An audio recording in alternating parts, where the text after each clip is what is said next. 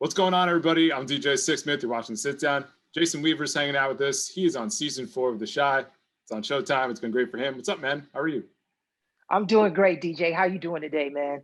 I am excellent. Listen, I have been a big fan of The Chi for a long time. I love your work. And then I see you pop into season 4, and I'm like, oh, things are getting good right now. This is pretty interesting. What was it like for you to join the cast here?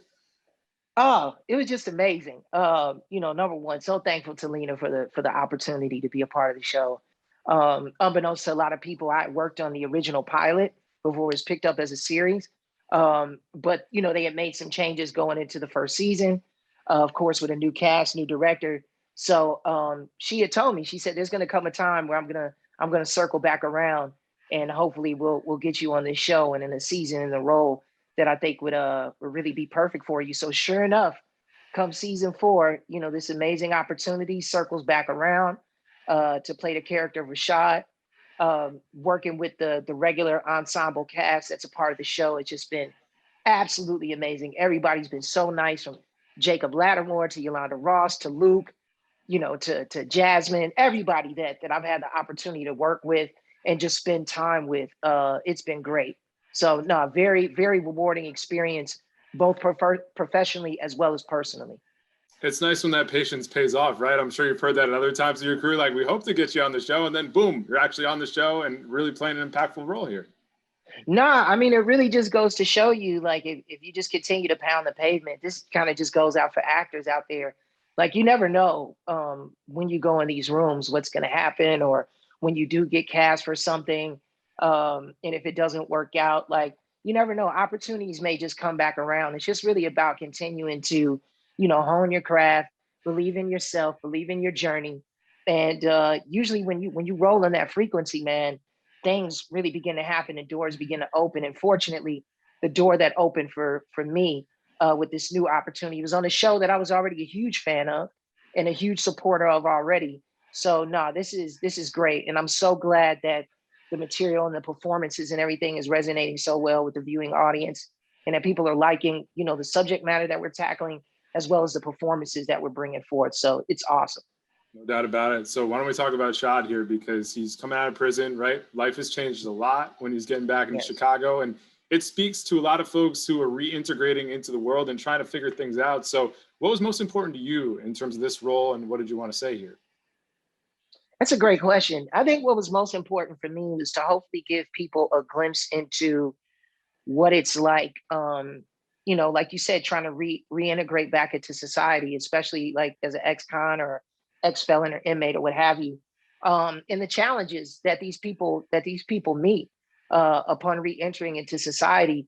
A lot of people end up going back into the system, unfortunately, just due to the fact of, they're kind of prejudged based on their past experience, their past record. And granted, like I totally understand why employers and certain people would already kind of have that preconceived idea or notion in their mind that once a criminal, always a criminal. But the one thing that I really wanted to convey over, through my performance with the character Rashad, is that he's just another ordinary guy from the South Side of Chicago that made mistakes early on in life, right? And ultimately paid his debt to society. But that doesn't mean that he's a bad person at his core. You know what I'm saying? He's just dealing with challenges in life that everybody else faces in the world. His circumstances, of course, are a little bit different because he is on the South Side of Chicago. But yet and still, he's faced with challenges just like everyone else that he's trying to overcome and hurdle over. So, thankfully, through his relationship with Trig, we're exploring that as well, showing like how, brothers in particular, Black men in particular, try to help each other out and trying to lift each other up during those challenging times. I think showing that aspect of their friendship and showing this commitment and this level of solidarity with one another, just as young Black men just trying to make it and help one another survive. I think it's just a great message that Lena and the writers this season have put forth. So. Yeah, man, you hit on a lot of different things, right? It's like Shad gets out, everybody's happy, we're celebrating, right? But then that relationship with Trig gets a little bit messy, and there's that really heartbreaking scene where you are trying to get that job as Shad, and the guy just can't give you the job. And so it really speaks to the struggles that people have to get their lives started again. So why don't we focus on that scene for a second? What was it like playing on screen?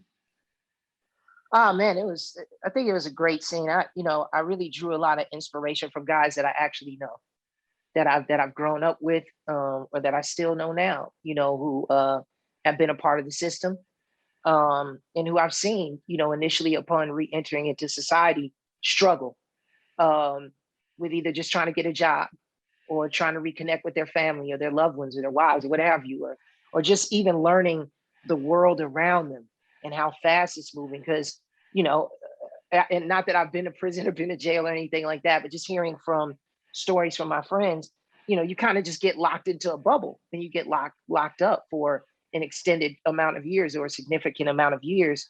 And when you come back into society, you kind of just like are kind of thrown off. You're trying to regain your equilibrium. So the one thing that I was really trying to get across in that scene in particular was just showing, even down to the way that he was dressed and not knowing how to tie a tie. I really just wanted to show people who weren't familiar with that world, and with that kind of life, hey, this is what it is, and these are the struggles that people go through, and when you see people, kind of go back and make the same mistakes, and ultimately go back to prison, it's not necessarily due to um, them wanting to go back. It's just due to the circumstances that they're facing while just trying to make it and trying to re-enter. So, I think Shad's story, hopefully at the end of the day, for the viewing audience, they'll be satisfied with how everything kind of comes back around for him full circle.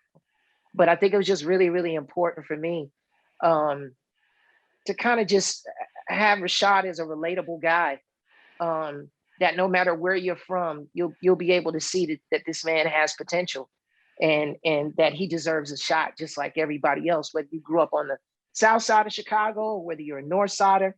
I really wanted those people to be able to see and to be able to connect with this guy that at the end of the day is just another human being trying to make it his way in the world like everyone else. I'll give you a ton of credit, man, because your character has to do with a lot of different things, right? Life's a journey. And even with Trig, right? Like Trig is in a new relationship here, and love looks a lot different. And listen, let's be real. Like there's a lot of transphobia out there. There's homophobia, and folks coming out of prison may not fully understand the scope of things. So what was it like just playing with those concepts and just thinking about his journey in relationship to Trig and his relationship? Oh man, I'm so glad you asked that question. Well, first of all, that's just such an important topic that I felt needed to be addressed anyway, especially as the conversation that we have within the Black community, because there is a lot of transphobia and a lot of homophobia, within the community. Just due to people, whether it be religious upbringing or the cultural significance of it, or what have you. But what a lot of people fail to understand is that with all of these phobias that they have, I'm sure they have somebody, that is a part of the LGBTQ community that they're close to, whether it's a family member, whether it's a friend, whether it's a coworker, whatever the case may be. Um, I think what we wanted to show was that, hey, man, like all Black lives matter. You know what I'm saying? Like we can't have this discussion just in general. And I'm saying this respectfully speaking to those that may even disagree with my position with this.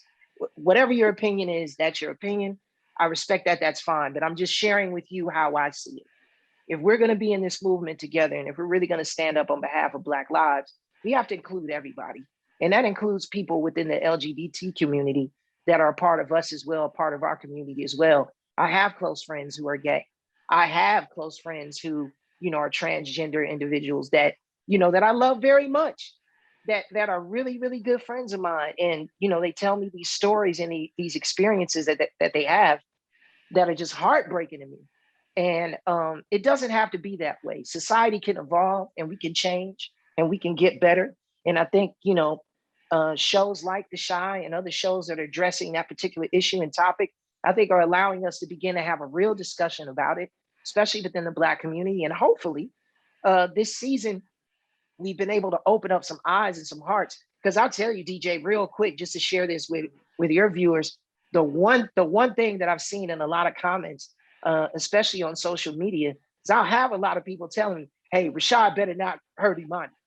Hey, Rashad better not do nothing crazy to Imani. And this is coming from Black men and Black women, and just people in general who are like, man, like, why is he being so mean to her? Like, she, of course, the love that he sees or that he thinks is love, this is different.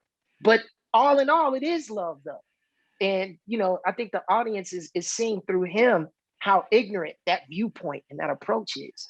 And so, hopefully that's another thing that the character Shad has been able to successfully do, is to help at least just establish that kind of real dialogue that we need to have, not only as a Black community, but just as people in general, human beings in general. We got to start treating each other better, especially coming out of 2020, the pandemic. Those of us who, by the grace of God, were able to come out on the other side. It's so important for us moving forward that we love one another and we embrace one another and we accept one another and we include one another. You know what I'm saying? So hopefully that's what this season has been able to do as well. That's really beautifully said, man. I appreciate that. And I think the cool thing about your career is that you've had all these different chapters, right? I think some of the best stuff comes from a little while ago, like Drumline was an awesome one for you. What do you remember about that film? Oh man, just great times. Working on a film like Drumline, helping to tell the story of what the HBCU experience is about and what it's like, particularly in a marching band. Man, it's awesome because I think we were the first film. It was like us and Stomp the Yard that were like the two major films that were able to kind of cross over to mainstream audiences and resonate within those audiences and make them aware of the HBCU college experience. So it's something that I'm very proud to be a part of, to have had the opportunity to work with Nick Cannon, Zoe Zaldana, who else, man? Orlando Jones, shout out to Orlando. No, it's just a great cast. A lot of those people that even started off in that show have ended up having great careers. We had a great director in Charles Stone III. Shout out to Dallas Austin, who the story was loosely based around. And he was also our executive producer. So it was awesome to shoot that right there in the heart of Atlanta, in the ACU, right there on Clark Atlanta campus. Morehouse, Morris Brown was there at the time. I think I said Spelman, yeah. Yep. And I think I named everybody in the agency. I don't want to forget, because gotta include everybody. If you forget somebody, they're gonna be pissed off about it. Oh, they're gonna be pissed. They're gonna be like, well, why didn't you include us? So no, I think I got everybody. Well, you also hit on something really important. That film was a little bit ahead of its time. Another one for you, Smart Guy, was absolutely ahead of its time. And just in terms of showing a Black family and showing young Black men and what that meant. I mean, what are you so proud of when you think of that show? Oh man. I mean, you hit the nail on the head, honestly. And that's the compliment or that's the comment that I get from most people that approach me on the street or that hit me up on social media as relates to Smart Guy. I think what everybody really loved was just the positive images that we depicted, just Black men in general. You had a single Black father who's raising his kids. You had a teenage young Black male with my character, Marcus. You had a young Black prodigy in Taj Mowry, and then you had Essence Atkins there as our sister. And then, of course, Omar Gooding was there to provide, the comedic levity in the whole nine. But no, I think just what it represented overall is just a united Black family, sticking together, and a father raising his kids, and, kids being committed to going to school and education. Being respectful of the parents. Of course, we got into hijinks and stuff like that in the show because that's what makes it entertaining. But for the most part, at its core, it was about a family sticking together. It was about a Black family sticking together and loving one another and supporting one another. And so that's what I'm most proud of. And I'm just thankful that, even from the cultural aspect of it, because I get a lot of comments about that too, even the clothes that we wore and the shoes that I would wear in particular.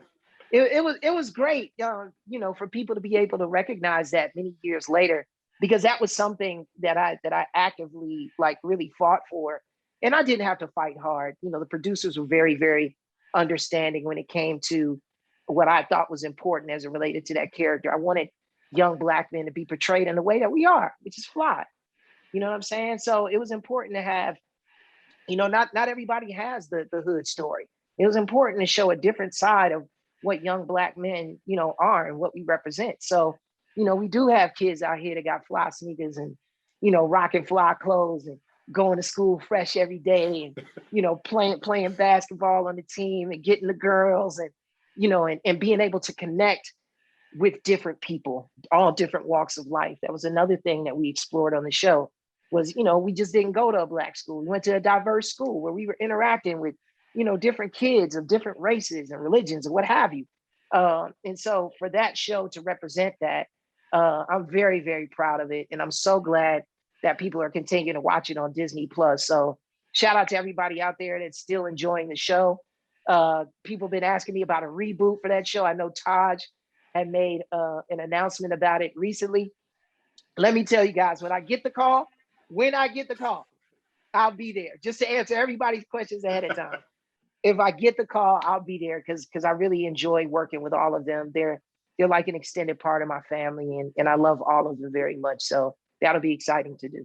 Yeah, man. Before I let you run, I know music's been a big part of your career. You're a fly dude. You worked with a bunch of fly guys in the past. Can we get a story about you and Chingy doing your thing back in the day? Oh man, nah. It's just the only thing that I can really say about my experience of working on a One Call Away with Chingy. For people out there that don't know, the song One Call Away from Chingy features me in the hook. I did it back in like early 2000s with him. Shout out to my man Poon Daddy, who was the A&R director at Disturbing the Peace Records, who put me on that song.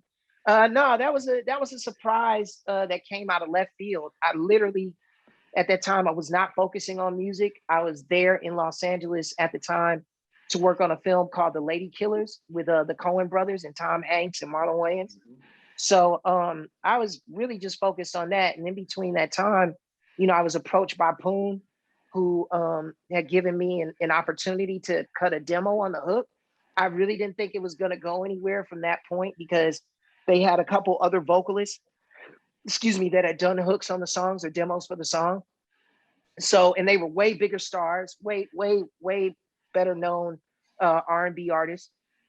But, by the grace of God and by the fans' approval, my version was chosen. The song came out, did really, really, really well. It was at the top of the charts for a pretty decent period of time. And yeah, it gave me an opportunity to connect with my fans and with my audience who had already kind of known that I was a singer based on my experience with Lion King and working on the Jacksons and even my brief stint that I had at Motown Records when I was signed over there. So to be able to kind of come back around full circle in that moment and be a part of a song that did really, really well, it was super dope. Man, I'm so glad I got the opportunity to do it. I'm thankful to Chingy for the opportunity and thankful to the fans for supporting it. So yeah, I've been very blessed, DJ. Very blessed, bro. Yeah, you've had one heck of a ride, man. It's great to chat with you. Thanks so much for the time, and we'll be watching the rest of the season, all right? Thank you so much, DJ. I appreciate it. Everybody continue to watch us on the Shy Sundays. And after the season finale, just continue to stream us and just binge watch. You're going to love it. Trust me.